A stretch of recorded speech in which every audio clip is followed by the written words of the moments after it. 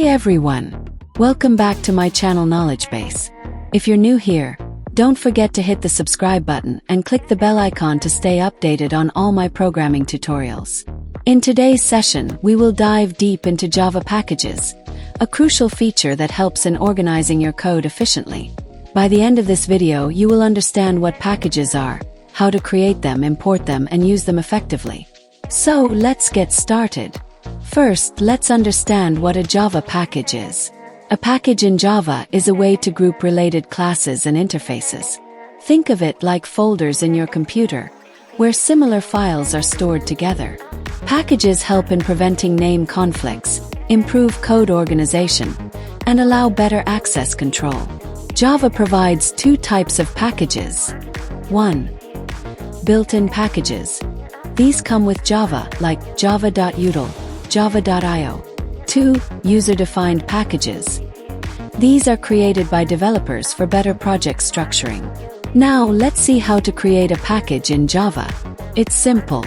Just use the package keyword at the start of your Java file.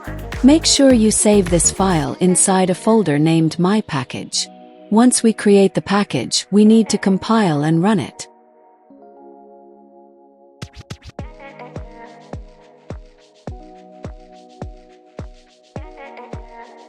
Here's how you do it. myclass.java, java mypackage.myclass. The D option creates the package directory automatically. Running the command executes the class inside our package.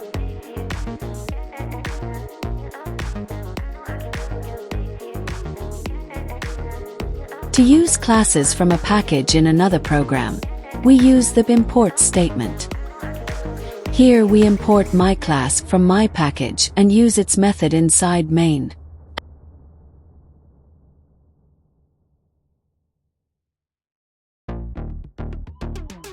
Access modifiers determine how classes and members in a package are accessible. Let's break it down in a simple table. Using the right modifier ensures better security and encapsulation in your code. Public. Accessible everywhere. Protected. Accessible in the same package and subclasses. Default. Accessible within the same package. Private. Accessible only within the class. Java packages can also have subpackages. Let's take an example. To use it, we simply import it like this. Java. Import mypackage.subpackage.subclass. Java has several built-in API packages, including java.lang, core classes like string, math, java.util, data structures like ArrayList, HashMap, java.io, input-output classes like file, buffered reader, java.sql, database connectivity using JDBC. These save us time by providing ready-to-use functionalities. Let's summarize why Java packages are important. Code reusability. Write once, use multiple times. Better code organization. Keep related classes together. Avoids naming conflicts.